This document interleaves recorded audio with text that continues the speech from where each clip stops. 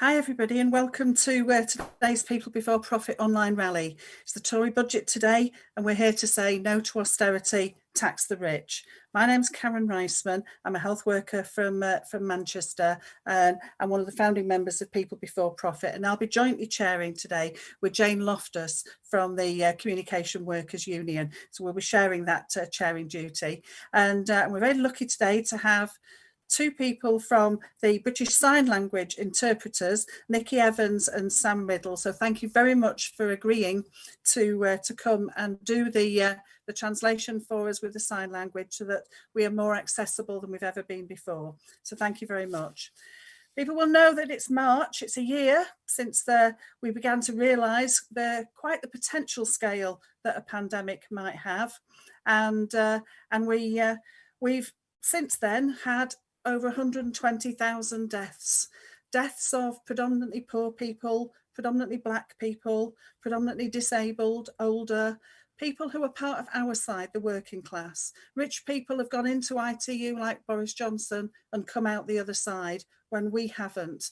Our class, our side haven't, and they've died in large numbers, and they've been affected with long COVID, and they've been affected by poverty and attacks in large amounts. And today Rishi Sunak piled that on even more. He's done a budget for the rich, and it was like bailouts one after another for business, but there is no bailout for the huge hole that we have in the health service, both to do all the jobs that we haven't done for the last year while we were looking after COVID, nor for any of our staff or the vacancies. There's no bailouts for councils, there's no bailouts for the sick, there's no bailouts for schools, there's no bailouts for unemployed people, there's no bailout for people who've lost their jobs. And today we're going to express our anger about that, and we have a number of people from a wide range of different parts of the working class who are going to talk about the difficulties that they face and about the resistance that comes alongside that. We're lucky to have lots of strikers, of people who are actively resisting and taking action in order to change it. And that's why we're very, very warm welcome to all our speakers today who are going to look at not just about expressing that anger, but how do we organise and build the resistance in order to make sure that we stop what the Tories are trying to do. People have had enough. They've had enough of the poverty, they've had enough of the deaths, and they've had enough of the horrors. And we have to say we are going to stand together, because together we're going to be able to stop them, and we're about building that resistance. I have great pleasure today in introducing Paul Holmes. Paul Holmes is from my union, Unison, elected onto the National Executive Committee and recently stood for the post of General Secretary and did the best that we've ever done before in terms of standing for a real resistance against those cuts. And I think it's crucial that we carry on the fight in all our unions in order to fight for those unions to be able to take up the battles that we need ahead. So I'll start with Paul. Thank you very much for coming today. Thank you, Chair. Thank you for inviting me. I think I want to start tonight's meeting off with perhaps somebody that most people who listened to this meeting haven't heard of before, a bloke called Tony Mazzucci, who was an oil workers union leader in the United States in the 1980s and 1990s, from New York, never been outside of America till he were called up in the Second World War. And he turned up in the Netherlands, and he were in the American Army. And they arrived at a river, and the bridge had been blown up, and they'd got tanks and lorries and troops they need to get over this river. And he thought, God, how are we going to do this? I'm 17 years old. What are we going to do now? And the general said, I want a new bridge building in 24 hours. I want tanks and lorries going over that bridge in 24 hours' time. And he said, I looked round, and nobody said, we can't afford it. Nobody said we haven't got the materials or the labour. And 23 hours later, the stuff were going over the bridge. And he said, that changed my life. I realised then you could do what you wanted to do if you wanted to do it. And any sort of brief study of history, and it's quite interesting studying history, you know, they might let free enterprise, what they call free enterprise, will riot outside the important times. But in times of war or in times of economic crisis, they don't. And, you know, Labour weren't the first person to nationalise the railways in 1947. the railways had been nationalised in 1914 and in 1939. When you've got to do something, you can't rely on the profit motive for it being done. And, you know, that's a story about the war, but it's also a story about the last 12 months, isn't it? The test and tracing of the last 12 months, when it were given to private companies, their first thoughts were, how much money can we make out of this? Who can we give it to? Because there's one thing I've learned from an early age, is that capitalists don't believe in capitalism. What they believe in is getting contracts. How they get the contracts is a different kettle of fish. So as far as I'm concerned, we need to understand that we can do anything that we want to do. Roosevelt said in 1932, when he got people in the 1930s, got the private companies in, he says, you do it in the United States during the Depression, you do it, or the government will do it. And I think that's what we need to be saying. You know, you need to be looking after work. We need to see the end of hire and refire. We need to see the end of cuts in terms and conditions. We need an organisation which says we can do things. I'm standing for the NEC election Unison with 55 other people who want to change that union so we can fight to stop fire and rehire. And I want us as a people to understand we can do what we want if we organise to do it. Thank you, Chair.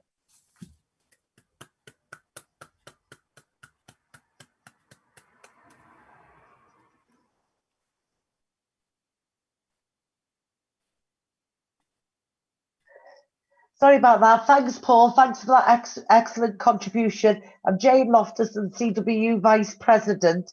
And I just wanted to bring solidarity greetings from the CWU and also to give a shout out to our repayment processing engineers in BT who are currently out on strike for 3 days. There's only 170 of them, but actually the impact is massive. But what is interesting about the dispute, it's the first dispute with BT in 39 years. So you can see multi-million-pound corporations attacking workers, and there's more job cuts coming down the line for BT Openreach, where people are working from home at the moment, and yet they're getting told that they can't have desk jobs in their localities and they've got to move, yet they can still do the job now as they are from the home. So it's the contradictions that are happening within the workplaces and in our communities that, to me, the budget hasn't addressed. And I'm really angry about it. To me, it feels like a missed opportunity, you know, to reset what does the UK and our society look like going forward. Where do workers fit in that? And to me, it's the same old Tories. Workers don't fit, and they're going to try and get us to pay for their crisis. And we can't afford to pay for their crisis because we've paid via austerity. So now we need to make sure that we support each other. We give practical support to people who are in dispute. We help in our communities. We make sure people are fed. But we actually come together, not only on the likes of these calls, but when we can, in socially distant protests and that. We would have been protesting leading up to this budget if we had the opportunity. But we can still make our voices heard. And that is what is brilliant. And this has allowed people to come new into unions and get active. And we need to pull people together to rebuild the unions in the workplaces. It's great. The eve of the budget rally last night at the TUC. Great to see all the general secretaries leading from what they want, saying they're going to fight. But we know we can only deliver that fight if we're strong in our workplaces. And that means we also have to attack, educate, and make sure that division doesn't come into our workplaces in the rise of racism. And we need to make sure that that happens. So I'm going to introduce Wilf, who's our next speaker. He's the TUC Race Equality Officer. He's fought all his life, and I know he can continue fighting. I'm going to introduce him, and I'm going to hand over to you, Wilf. You've got 3 minutes, and let's see where we go from there, and then I'll hand back to Karen. Over to Wilf. Okay, thanks, Jane. The first thing I'd say to Rishi Sunak is you can fool some people some of the time, but you can't fool all the people all of the time. And that's what he's trying to do with this budget. I was amazed to hear him talking about actually trying to get back to pre-budget levels of unemployment in the and economic output levels before the pandemic, because just before the pandemic, the economy was crashing in spectacular flames, and so actually to suggest that we should be going back to that is a fool's errand, unless actually all you're interested in is a budget which makes money for your pals and consigns the rest of us to the dust heap. Certainly one of the things that the pandemic has shown is the disproportionate impact of that racism in our labour market has on black communities. And I was also amazed when he tried to say that the growth of unemployment would be less than what had been forecasted by the budget Office of Budget Responsibility. It would be down to 6.8%. He should know that unemployment in the black community is already running at twice the level, 9% for BME communities on average, and for some of those communities, like the African and Black Caribbean community, it's running at 13.5%. What nonsense is the man talking? And second, and also I want to say, in terms of what he was talking about in terms of public debt, it's obvious that he's trying to set up for yet another round of austerity by talking about that government debt will be rising, to record levels. What he fails to mention is most of that debt is money that the government is borrowing it from itself. Right, if you borrow money from if your kids borrow money from you and they can't afford to pay it back, what do? You write it off, right? You don't say, well, actually, you're not going to have a meal tonight, and you're not going to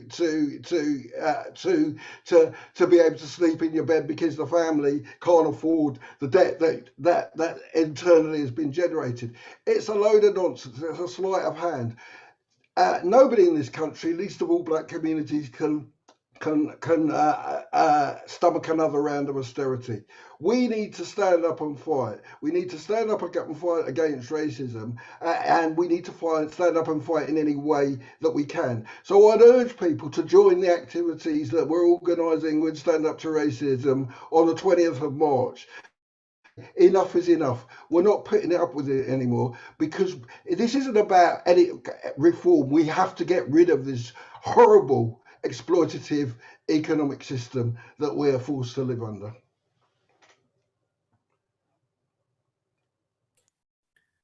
Brilliant. Brilliant. Thanks very much, Wilf. That's really, really heartfelt. And I do think that it's shocking the way that that they are still doing absolutely nothing about the disproportionate deaths or the racism that is endemic, that's been highlighted so much in the pandemic. I would encourage people, we've got close to 300 people watching already. I would encourage people to share on Facebook and on Twitter, as wide as you can, so that we can try and get that up during the course of the meeting. That would be fantastic. Our next speaker is Paula Peters. Paula's an activist with Disabled People Against Cuts. And one of the things that I think has horrified me most in the pandemic is the way that they somehow seem to say anybody with an underlying condition somehow was going to die anyway and didn't matter. And I think it's absolutely despicable, the discrimination that is endemic, and the fact that they have not done anything with people on legacy benefits. £20 an insult on universal credit, but for us, it's nothing at all. So real pleasure in inviting Paula to come and speak to us today. Thank you. Good evening, everyone. And on behalf of Disabled People Against Cuts, solidarity to all my fellow speakers and to everyone online watching tonight. As Karen said, a budget that wasn't for disabled people. We were completely ignored and overlooked, as we have been during this pandemic. In April, legacy benefits are going to go up 34p. And on Monday, we had our day of action to say £20 more for all. And I want to say a great big thank you to everyone who supported our day of action. And this is a message to the government. We may not have got legacy benefits increase today, and the £20 uplift to universal credit's only been extended for 6 months. What Rishi Sunak done today was just paper over the cracks cracks of a financial disaster that's going to be a very long winter going in from 21 into 2022. And this is what we need to do. We need to make sure that we unite the campaigns together and build a fair and just social security system. But we can only do that by getting rid of the Tory government we have in place. Because while they are in place, they only care about their rich friends and making as much money as possible, while disabled people like myself are left by the wayside and left to die. And about the pandemic, it should be noted here quite sternly and quite bluntly that 6 out of 10 deaths from coronavirus were that of disabled people. That if you had a learning disability in the 18 to 34 age bracket, you were 30 times more likely to die of coronavirus than that of non-disabled people in the same age group. We have seen thousands of disabled people have DNRs placed on their records, denied healthcare that they are entitled to, and waiting long times for treatment and made their conditions worse. But it's got to be said about legacy benefits, and to MPs who say we can transfer to universal credit. The living costs have increased dramatically. Disabled people have had to pay for PPE during the pandemic and for that of their carers. Food prices have risen dramatically. Online shopping delivery costs are absolutely horrendous and expensive. Disabled people are paying a heavy price for the pandemic, as we have for austerity. But a message to Boris Johnson and Rishi Sunak from all disabled people across the UK. You can guarantee that while there is no justice for us, there will be no peace for you. While you discriminate against us, we will fight back against you. We invite all campaigns and all unions to join with us to make sure that disabled people are not overlooked and ignored no longer. Thank you for your support and solidarity to you all this evening.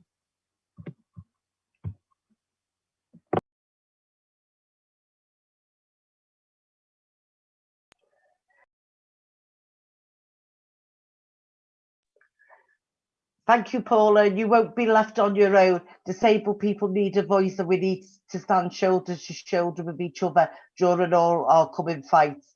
And it is excellent that you are campaigning and make sure that everyone has a fair and equal system. So thank you, Paula, for that. Our next speaker is Moira Samuels. She's a housing activist involved in the Justice for Grenfell campaign. I've heard Moira speak many times before, and coming from Liverpool and seeing what's happened with the Hillsborough campaign, I stand shoulder to shoulder with Moira and other people fighting for justice for the Grenfell. Over to you, Moira. Greetings, everybody, and solidarity to everybody on this call and all the strikers across the country today. One of the first banners that we made, getting ready to actually protest outside the public inquiry into Grenfell, was one that said, you need to put people before profit.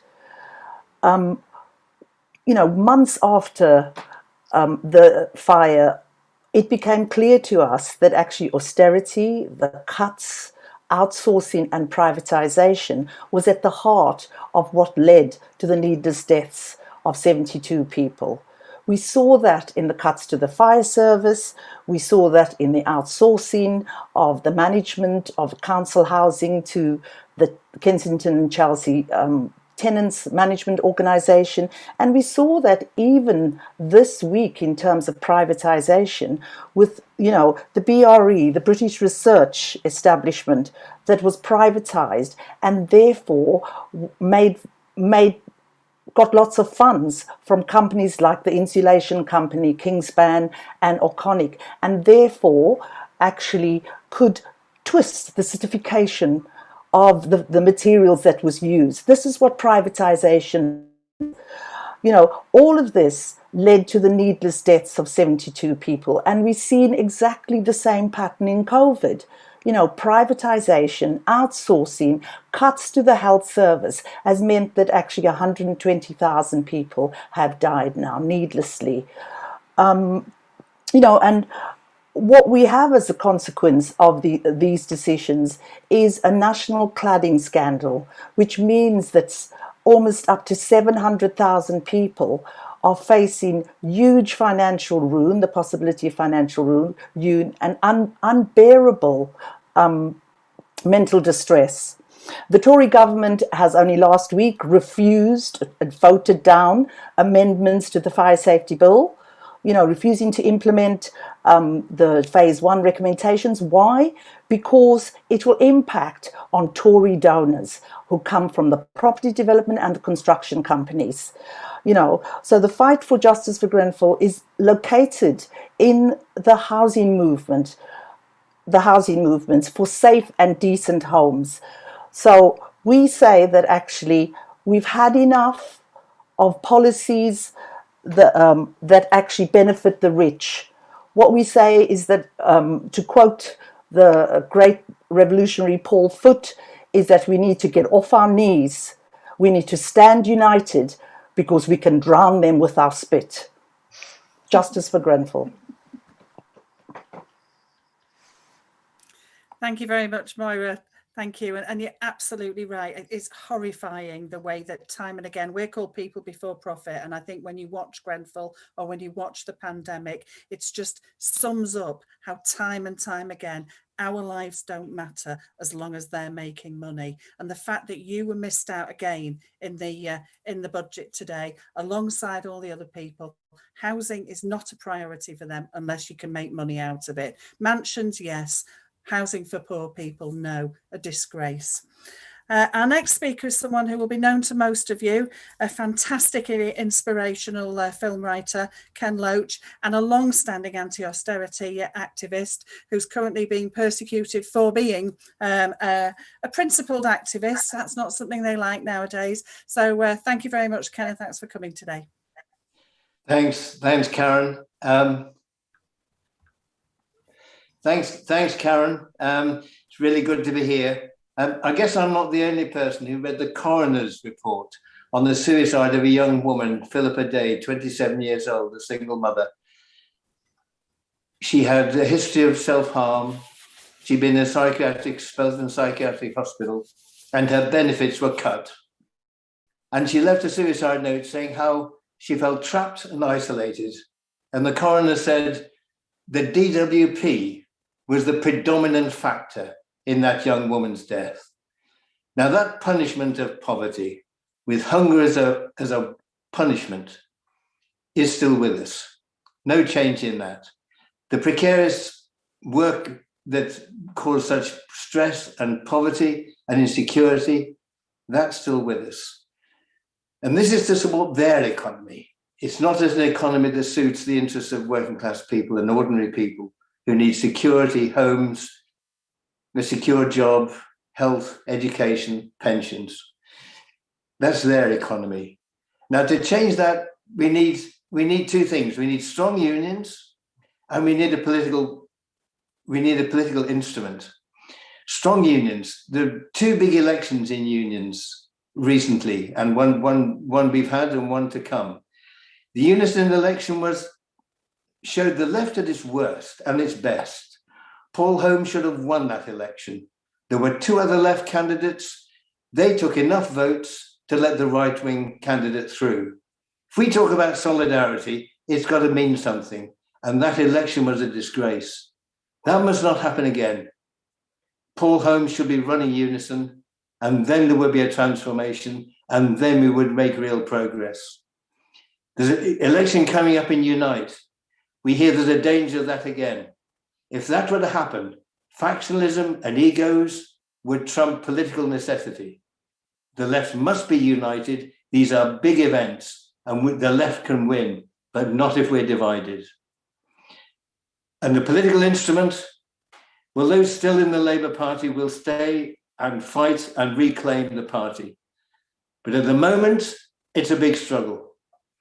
We've got a leader who's gone from Mr. Bean to Stalin. His fumbles on Brexit and his purge of the party means he's learned something about party democracy from Uncle Joe. And now he's moving to the right so fast, he seems to be passing Tories on the way. We were hearing that he was opposing corporation tax when Tories began to impose increases. Well, it seems it's slightly different to that, but that's not what you want to hear. the vast riches that are accrued through these massive corporations that are sorted overseas. That's got to be tackled. And you're dead right with this, the slogan of this meeting, tax the rich. Absolutely. Look, we can win, we can fight back, but we've got to have unity, and that's got to be across the left. We have a broad movement. People understand the justice of our cause. And we've got to move ahead politically, and we've got to move ahead with the unions. We can do it, but my God, it's a fight. Let's not be divided. Let's stick together. And let's show the Tories we can win. Thanks a lot, Karen.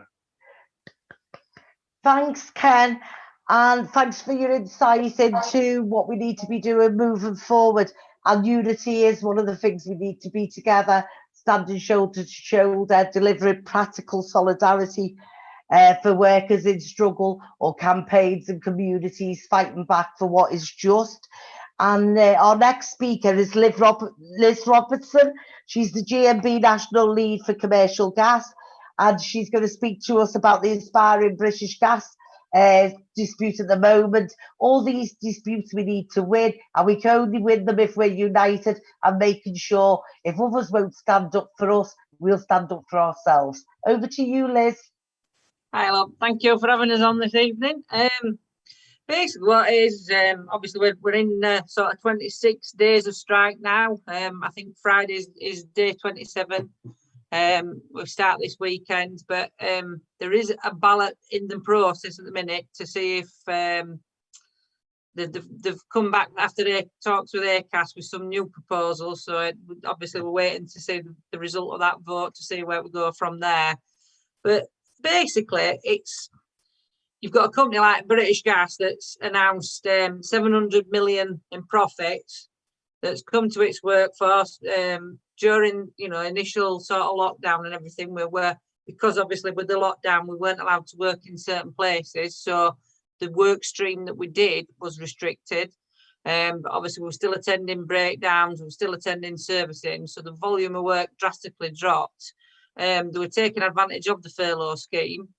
And in between that, the engineers were actually volunteering and helping at food banks, because all the food banks had, the voluntary workers were elderly, so they were struggling during the crisis. So we actually stepped in to there to help in that shows. We were delivering food, we were moving food packages from warehouses to distributing it to the food banks.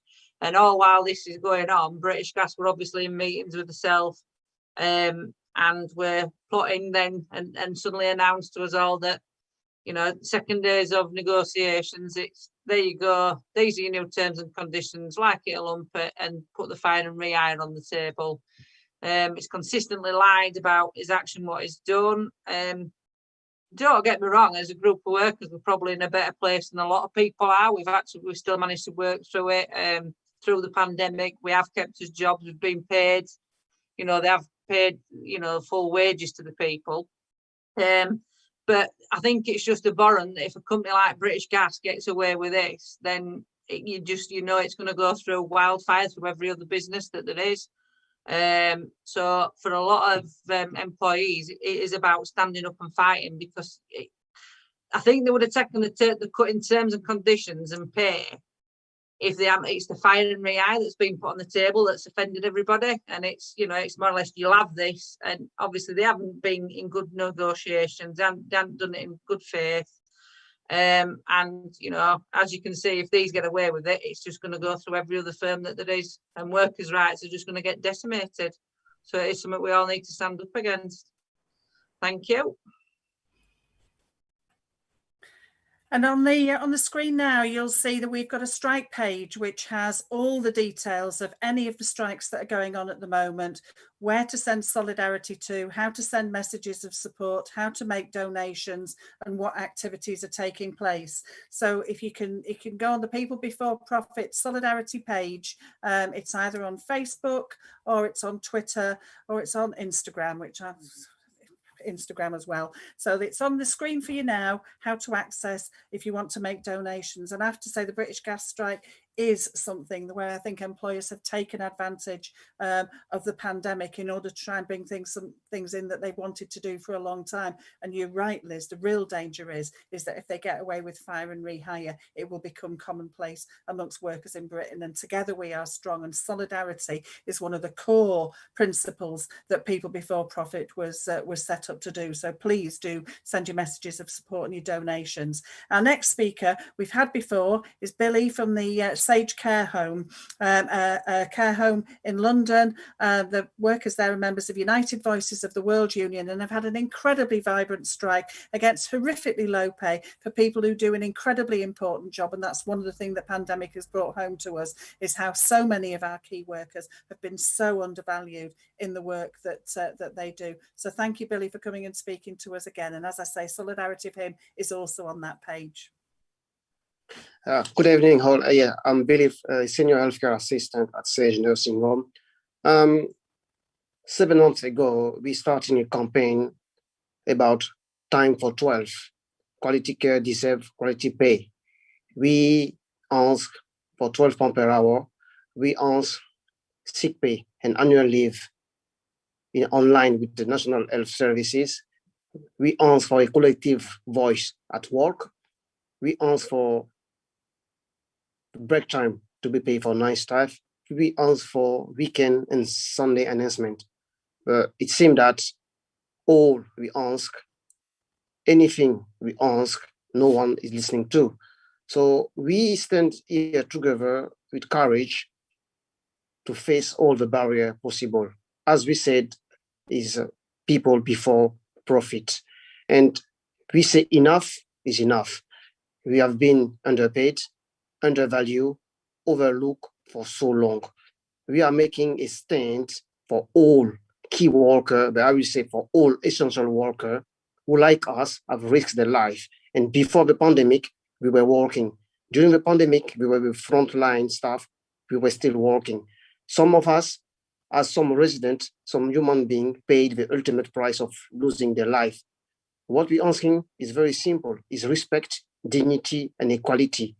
And we gonna lead this fight together. We will not stop until it's done. We will, whatever it takes, we will take it. But as we all said, with courage and standing united together, as at the moment at Sage Nursing Home, we are fighting for the recognition of our union, the UBW. We are still waiting for negotiation, but we will not shy away for what we have to do. We have already 2 strikes, 2 picket line. If we have to do it again, we will do it. And together, with all our support, we will stand together and we will make it happen. Thank you very much.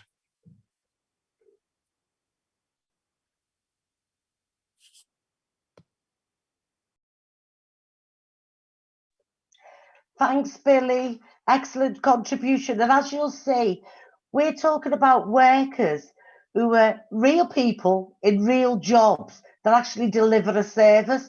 Most of them are public services now that are in the private sector, and both are treated as badly as each other for doing jobs that actually are invaluable to all of us.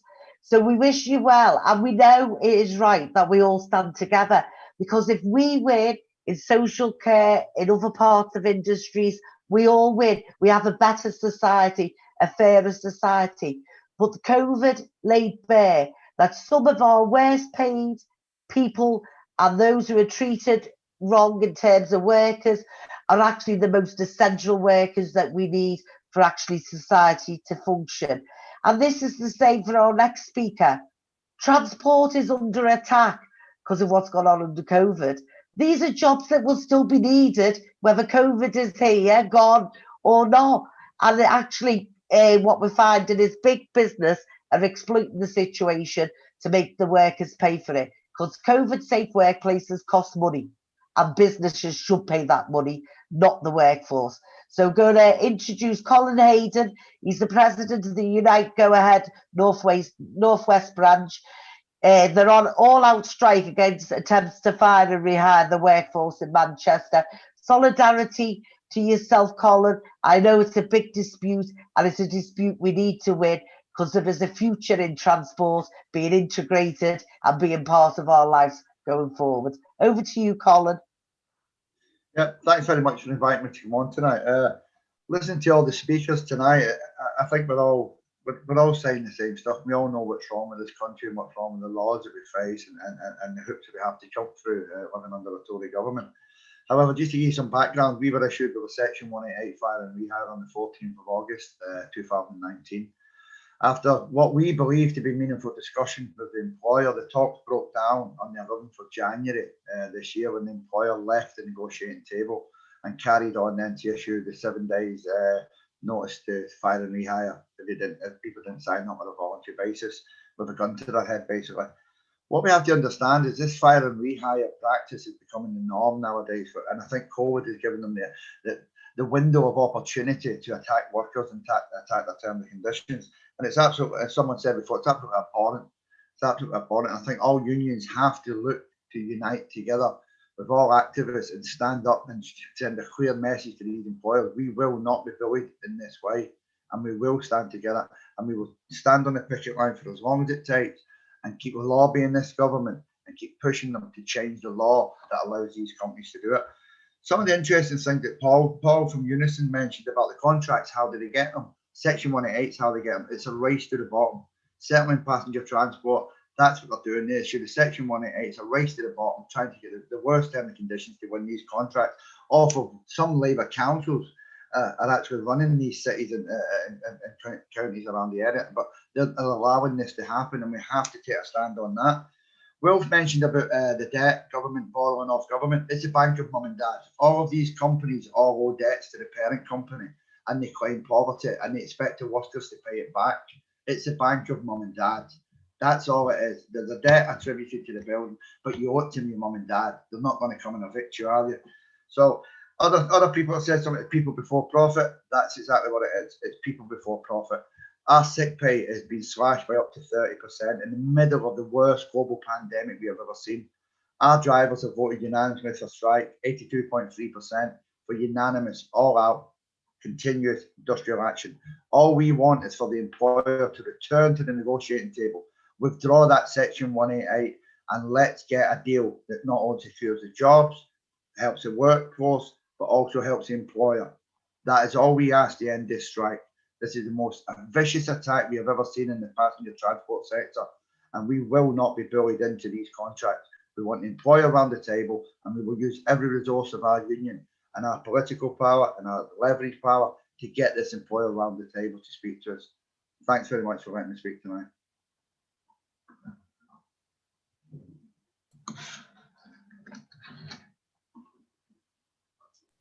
Brilliant, Colin. Thank you very much. And Colin's from Manchester, my neck of the woods, and I was on the picket line a couple of days this week. And I have to say, it's a fantastic picket line. Over 200 people on the picket, really vibrant, solid, absolutely determined to not be made to pay the price for profiteering, for crazy business people who somehow think that at the end of the day buses are run to make money rather than to provide a service. And you look at all the speakers that we've had so far, whether it's the care homes or gas or the buses, or the firefighters that we've got next. These are all services that, to be honest, Rishi Sunak today didn't bail out, missed out from the budget, is not interested in, because it's us who use those services and us who depend on them. And I just think it's fantastic to see people resisting. So great pleasure in introducing Cerith Griffiths.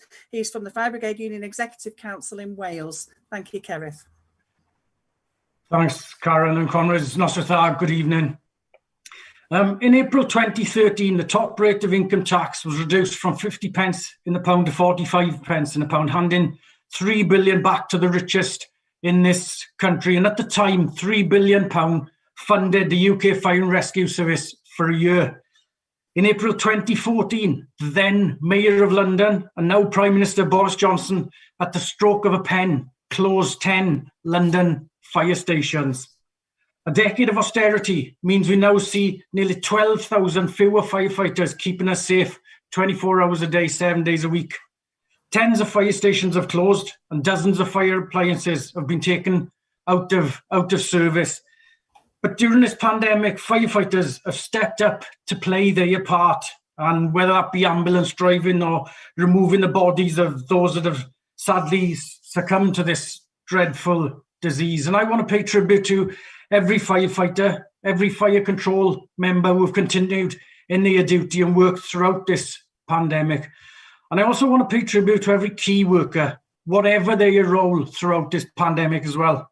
Because it wasn't long into the pandemic that we saw who the real heroes in society were. But sadly, the pandemic has also exposed the truly corrupt nature of this government. Billions of pounds on a test trace system that didn't work. Billions of pounds in outsourced contracts that delivered absolutely nothing. And £7,000 a day on management consultants. But apparently we don't have enough to pay our key workers a decent living that ensures they're not forced to use food banks, that they're not forced to claim benefits just to make ends meet. The money is there, it's just that the money's in the wrong hands. And too many workers have lost their lives during this pandemic. Too many workplaces have not had adequate safety measures. Workers have not had adequate PPE. So I urge you, if you're not in a union, join a union. If you're not active, get active. And together, shoulder to shoulder, we can bring about the change that this country, that our communities, that society as a whole so badly needs. Comrade, solidarity. Thanks, Cerith. Excellent contribution. And you are right, there is no accountability in this government. You know, the money that they have spent and they've given to them to their own is just as equal as what the inequality is. So the rich have got richer during this pandemic as the poorer have got poorer. Can I give you a reminder? Can you share the link on Facebook and Twitter? See if we get some more trending, and use the hashtag people before profits, hashtag tax the rich, which doesn't seem to be popular amongst the rich, but is certainly popular amongst the working class. Right, our next speaker is going to be John Kelly. He's a salaries convener for EIS-FELA union, a Scottish union of further educational lecturers who've just won a ballot for action with over 90% voting for strike action. We've got anti-trade union laws, and it's brilliant when workers actually smash it. And if they take wildcat strikes and win, that's even better as well. So over to you, John. Hi, thanks, Karen, Jane and comrades for inviting me along here to speak about anti-austerity tonight. Solidarity to all other striking workers across the country. A key element of austerity, as we all know, has seen attacks in public services for working class people. In particular, this has seen attacks on education, and even more so, further education, a sector in which I work in.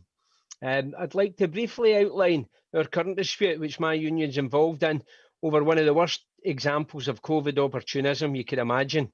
And it's going on across Scotland at the moment. But perhaps more importantly, I want to focus on what our response has been, because we need to think about what we can do to win.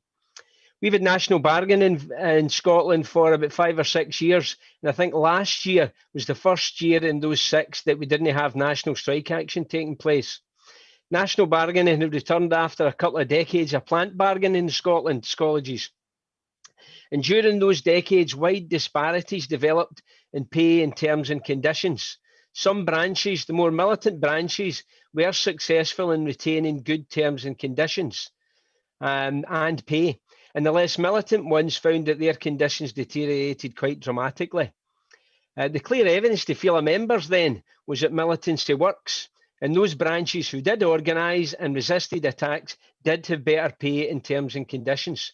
The difference was striking.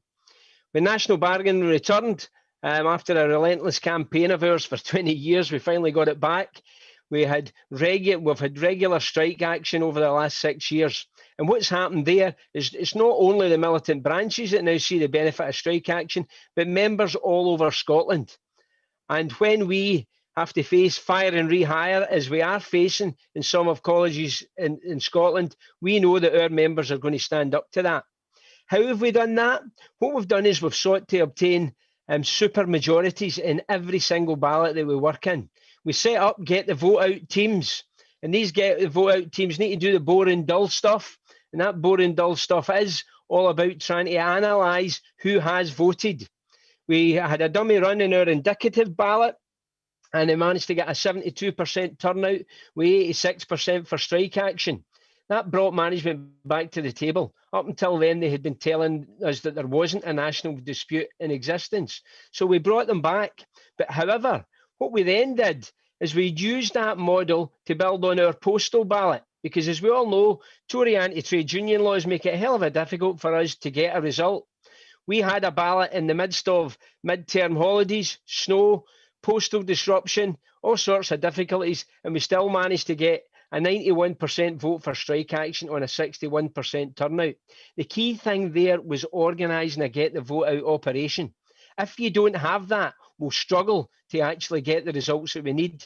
And while we know that the members regularly are going to stand up for things, if they don't vote, we're lost. So members need to, one, believe that they can win. And the way that they do that is by taking strikes and seeing that it works. But secondly, we need to make sure that we organise get the vote out systems. And with both of these together, we can defeat anti-trade union laws and we can defeat austerity. However, we do need to get organised. We're happy in EIS-FELA to share our get the vote out operations with any striking workers. It is really, really important that we do. Solidarity, comrades, we can win and we can fight austerity.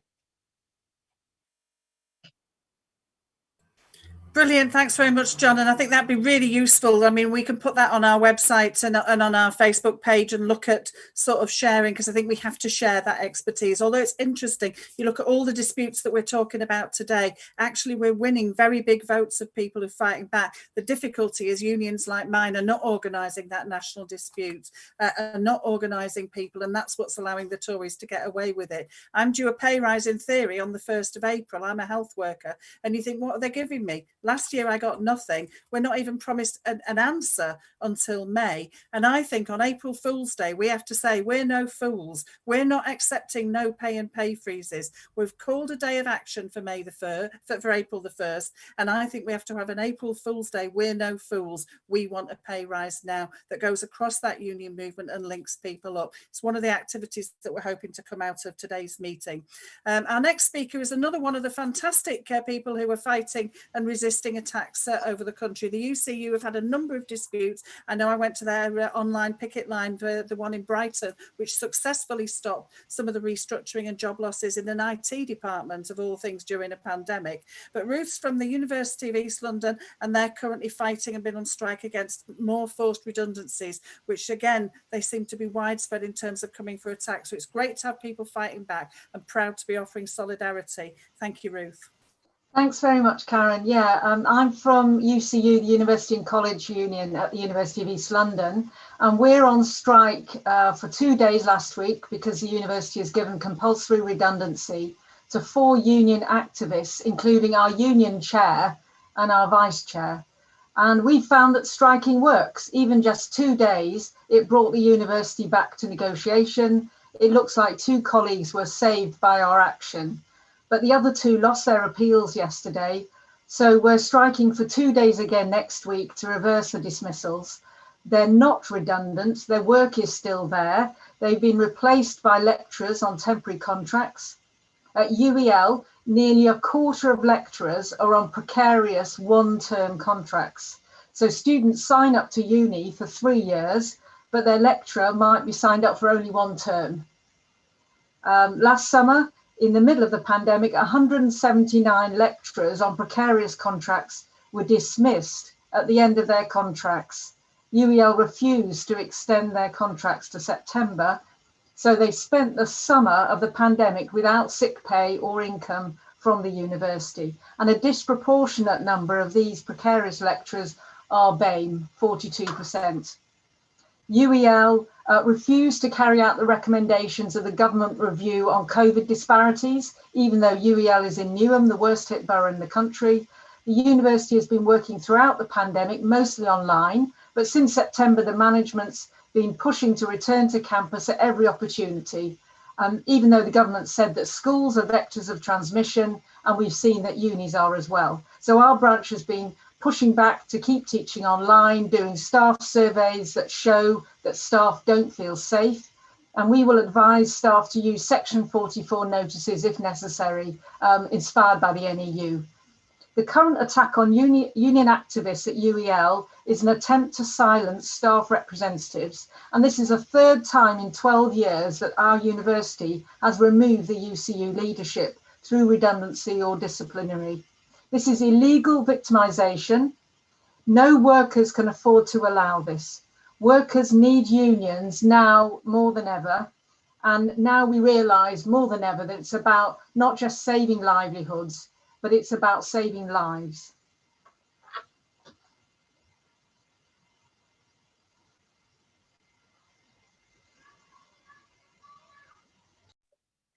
Thanks, Ruth. I think you've raised some interesting points, and it cuts across other sectors as well in terms of how temporary contracts are being used to undermine permanent workers, but also to make sure that they don't get all the benefits. And I'm sure that we'll see a Tory government continue to attack workers' rights if they can get away with it. They did mention it last time under Brexit, moving away from certain rights that were there. But, you know, they will do that because there is a race to the bottom, and they want to push down the cost of workers, but also make sure their profits continue. And I think the next speaker sort of represents that, and represents the fact that in some occasions we have to take legal action to get the rights that we are due to have. Rian is an Uber driver claimant. Rian was one of the original claimants in 2015 that led to the recent court victory that saw Uber being forced to acknowledge their contractors are workers and employees.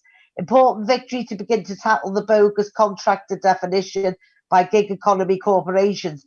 Uber workers are workers. They deserve proper rights and protection as workers. And we need to make sure that we rid this form of contracts out of the workforce, and people have decent pay and decent rates of pay and security, not only in employment but in retirement. So I'm going to hand over to Rian. Rian, over to you. Thank you very much, Jane. Thank you for having me here. So this journey started in 2015. I was a minicab driver then, joined the Uber platform with the notion and the idea that we'll make a lot of money and we'll be self-employed and we'll have the flexibility as promised by Uber. Little did I know that once I was on the platform, within 3 to 4 months, they reduced their fares, which impacted on how much I earned. This also impacted on me working longer hours. This impacted on me staying out late, as well as the health. And there was no union back in the days, but lo and behold, bumped into Yasin, who is one of the main claimants. We got talking, and lo and behold, we shared the same thoughts. And what we wanted was to engage with other people.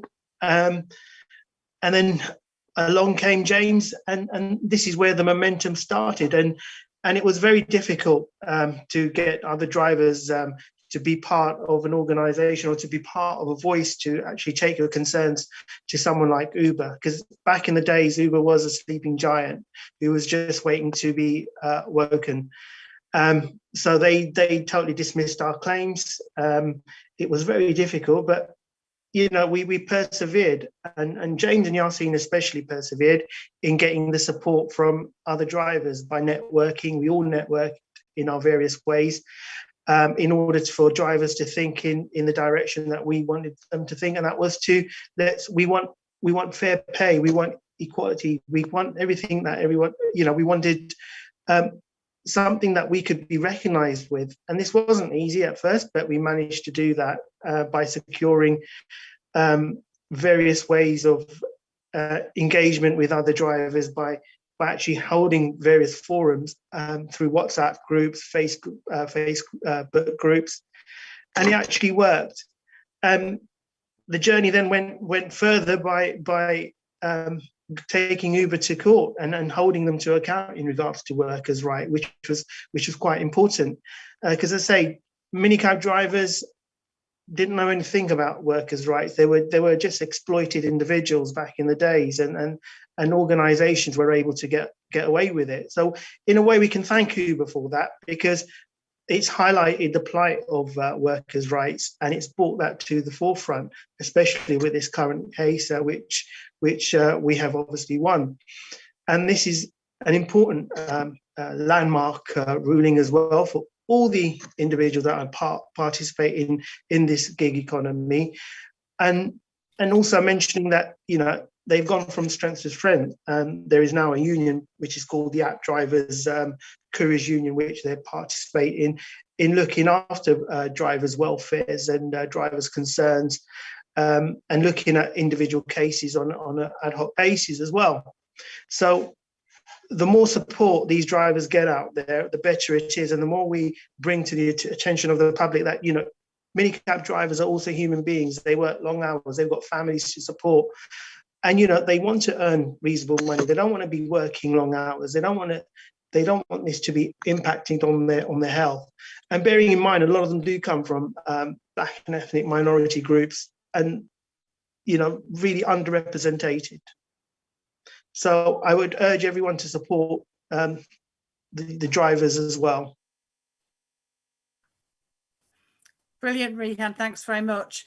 And I think you're right. I think there was something about the Uber dispute and a number of disputes. I think the Sage care homes like that, where there are sections of workers that traditionally we've thought it's difficult to organise, you can't do anything, you've just got to put up with it. I think you showed that it's possible to organise any group of workers and get people together. And you're also right that there's a lot of black workers that are involved in a lot of the current disputes. And I think the Tories have done a lot to try and use divide and rule to try and get us to fight each other rather than fight them. And I think that it's great to see sort of, you know, you fighting back and people offering solidarity, regardless, black and white together, we're strong. And I know that on the 20th of March, we've got the International Day of Action Against Racism, and People Before Profit will be supporting that and encouraging people to support the worldwide protest against the racism that divides us. And that brings me on to the next speaker, who's another speaker from Manchester area, Salford, from Stand Up to Racism, and he's also the chair of the North West Unison Black Members Committee and of Salford City Unison branch. So Amin Hadi, I'll take you next, please. Thank you, Karen. Welcome. Yes, I'm here to talk about the Stand Up to Racism protests that are planned for the 20th of March as part of UN Anti-Racism Day. I'm here to encourage all of you that are on the call tonight to go away from this call and encourage others to take part in it, to be part of the worldwide movement. 16 other countries are going to be taking part in protests on UN Anti-Racist Day with us. And unfortunately, our protest may be a little bit harder than other places due to COVID. But nevertheless, we want to make sure that we mark the day in as strong a way as possible in every workplace, in every community that we can up and down the UK. Normally we'd have a national demonstration, but now we're asking people if they can to take part in local protests at 1 o'clock. And if they can't take part in those local protests, to attend a worldwide rally at 5 o'clock that evening. So there's a lot to get involved in, and I encourage you all to take part. And it's so important that you do.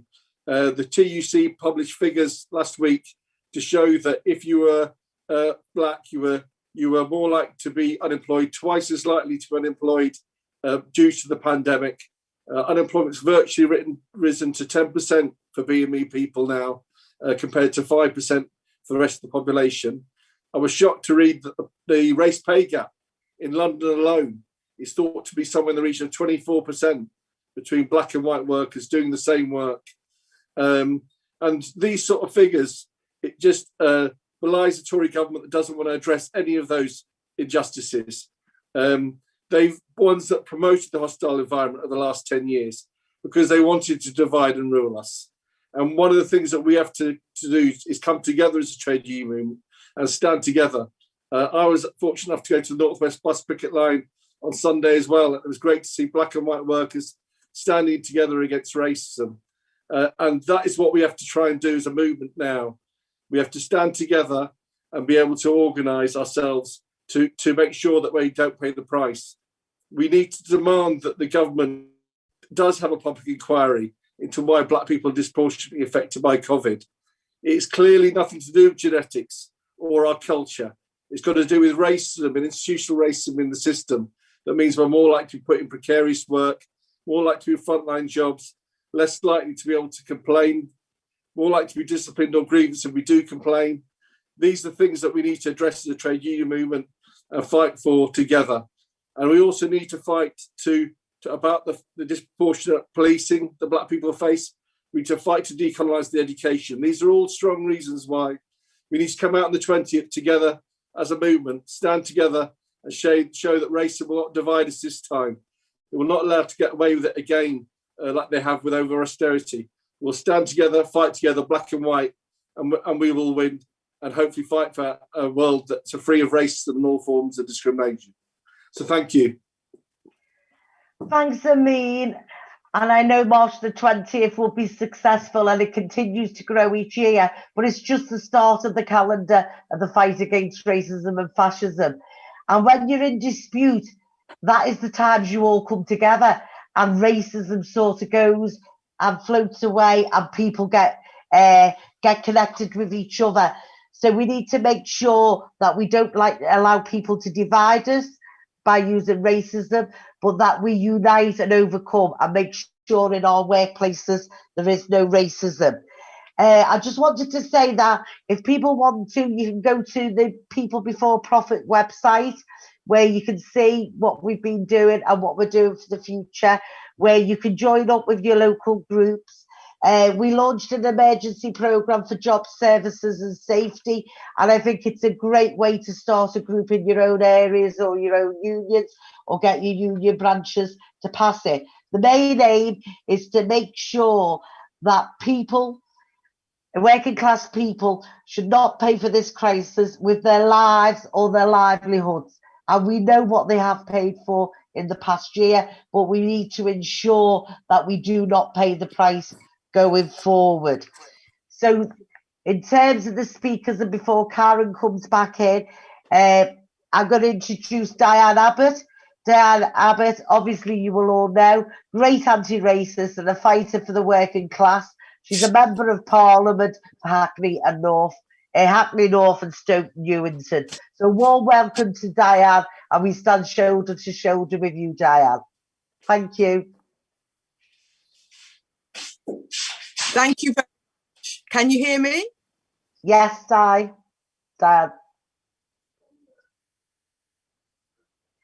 Diane, you need to put your mic on. Have you got it? Yeah. Can you hear me now? Yeah, we can hear you now. Thanks. All right. It's a great pleasure to be here at this important meeting with so many workers who are on the front line of the struggle.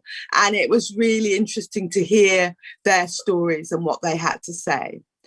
Today is budget day, and this Tory budget is all about profits and not about people.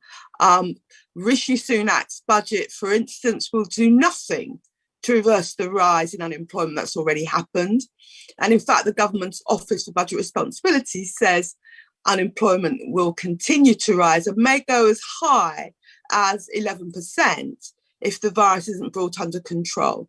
And the Office for Budget Responsibility is saying that it's the virus and the government's failure to suppress it which is the cause of the economic crisis.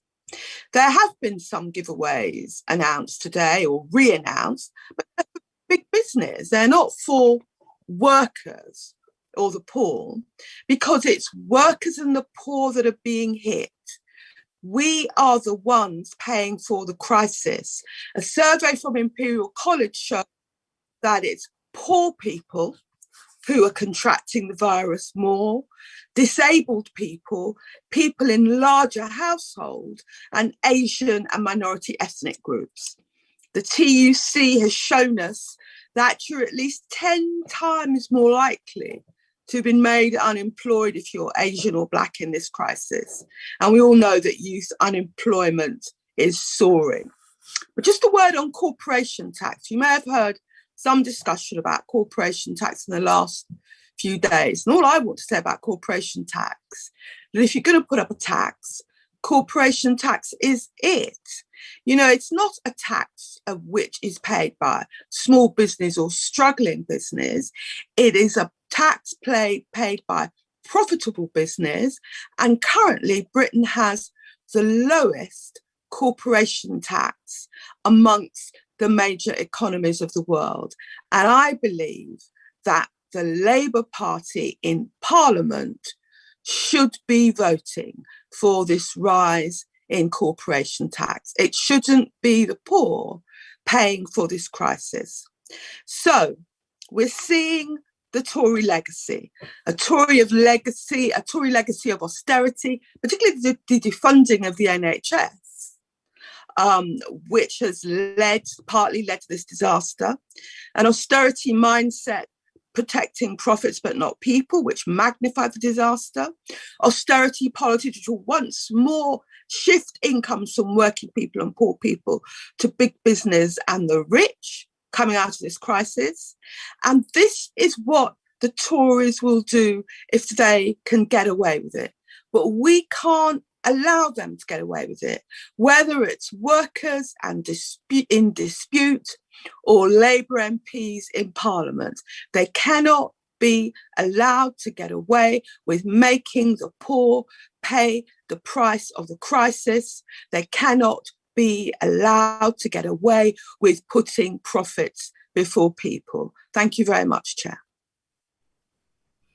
Brilliant, Diane, and brilliant as ever. And I just think you're so right that when I heard Starmer, and the biggest criticism he had of the government was not that they hadn't funded the health service or councils or education or any of those, not that they'd brought, kept the pay freeze, not that they hadn't given more money to benefits, all the things that make a difference, not that there isn't a serious climate change programme that they'd put in. No, his criticism was that they were bringing in a corporation tax and it was too soon. And I just think, what sort of Labour Party have we got? And I think that's why we have to say it is us who are going to resist this. It's a where he had money to give away and he gave it to the people who already had a ton of money, and he didn't give it to the people who haven't. And I think there will be people up and down the country who will be furious about that. We've heard the people who've been resisting already, and I think it's crucial that we continue to give those people as much solidarity as possible. If you want to know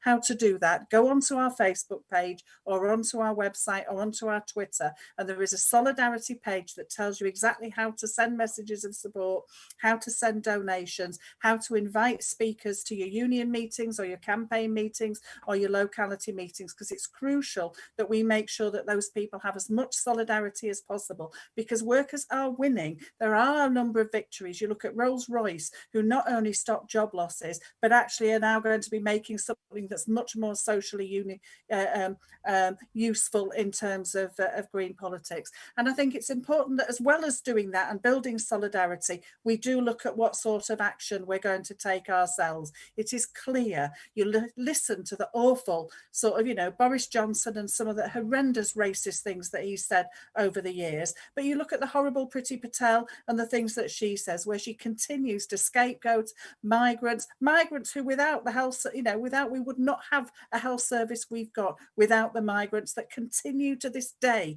to make a health service possible, and yet they somehow want less of them when I want more of them, and everybody who wants sort of have someone to treat you wants more of them too. It's a disgrace what they're doing. And I think on the 20th of March we have an opportunity. We can't have a big national demonstration, but we can be part of an international movement in Manchester, in Leeds, in York, in London, in sort of every bit of the UK. We want to show solidarity with workers across the world, to say it is the unity that crosses continents, that crosses countries, that makes a difference. We stand in solidarity, whether you're fighting in Myanmar or whether you're fighting in the Middle East or whether you're fighting in Britain today. We stand against the racism that divides us, because that's how they get away with it. And then on April the 1st, we want to look at what actions we can take over pay. It's when most of the public sector workers should have had a pay rise, and yet Rishi Sunak chose not to give us one. And I just think you can't clap us week after week through a pandemic. You can't ask us to risk our lives, and we do, and we give our life. You can't ask people to work until they're exhausted and work more, and then say to us, but we're not going to pay you. People are furious. We're no fools, and we're not going to be taken for fools. So on April Fool's Day, April the 1st, we will be out protesting outside public sector workers, unifying, uniting and resisting, because together we can stop them doing what they want to do. Thank you to all the fantastic speakers who've spoken tonight. You've been absolutely brilliant, and I just think we need to take that fight on. Keep passing the emergency programme through your union branches, and take the actions and do the solidarity. Thank you to all.